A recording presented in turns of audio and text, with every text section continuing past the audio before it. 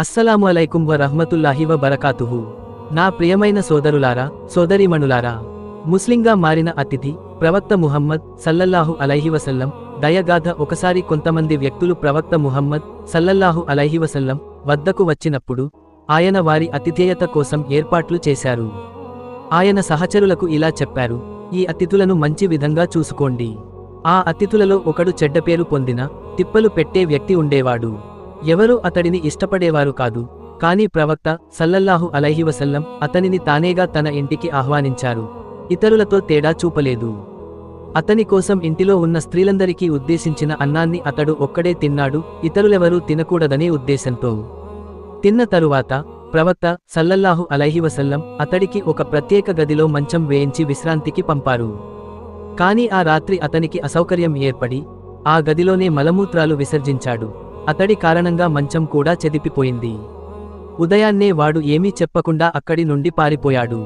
తర్వాత ప్రవక్త సల్లల్లాహు అలైహి వసల్లం ఆ గదిని పరిశీలించి తానే చేతులతో శుభ్రం చేయడం ప్రారంభించారు. ఇంతలో ఇతర సహచరులు అక్కడికి వచ్చి కోపంతో అతడి చేష్టలపై అసహనం వ్యక్తం చేశారు. కాని ప్రవక్త సల్లల్లాహు అలైహి వసల్లం వారిని శాంతపరిచారు, నిగ్రహంగా ఉండమని చెప్పారు. ఆ తర్వాత ఆ అతిథి అనుకోకుండా తిరిగి వచ్చాడు తన వస్తువుల కోసం. వాడు చూసిన దృశ్యం అతన్ని ఆశ్చర్యానికి గురిచేసింది.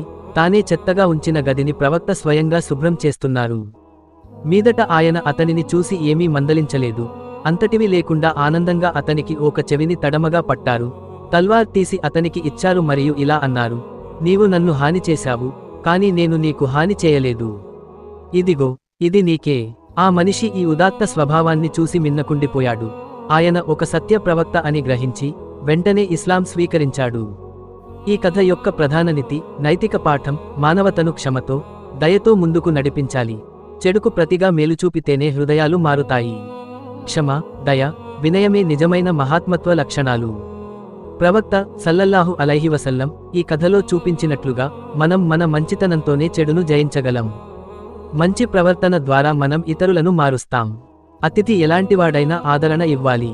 నిజమైన నాయకత్వం అంటే సేవ చేయగలగడం. హింసను క్షమతో ఎదుర్కొనడం గొప్పదనం.